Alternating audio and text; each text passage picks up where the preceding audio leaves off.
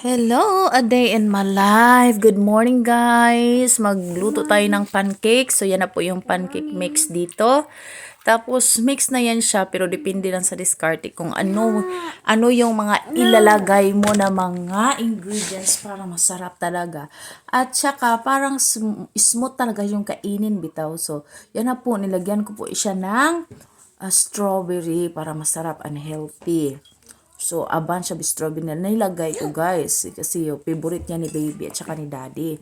Yan po yung breakfast nila dito. Pag sa Pinas tayo, rice at ano pa, iba-iba, di ba? But dito naman, iba sa kanila. Pero ako mag-rice din naman ako pag gusto ko. So, yan po yung ginagawa ko. Andyan na.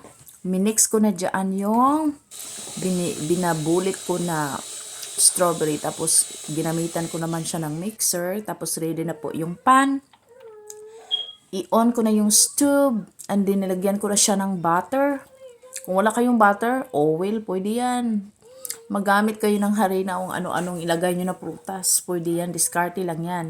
Hindi yan pang breakfast, but pang snack pa yan. Slow cook lang po yan, guys, kasi para hindi yan masunog. Here, kasi nag-voice over ako na andito si Pangga.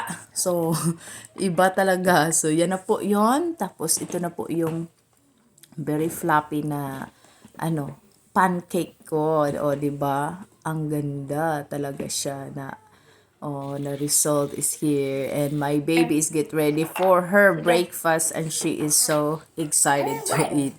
So, that's for today's video, guys. Thank you so much for watching. Have a blessed day every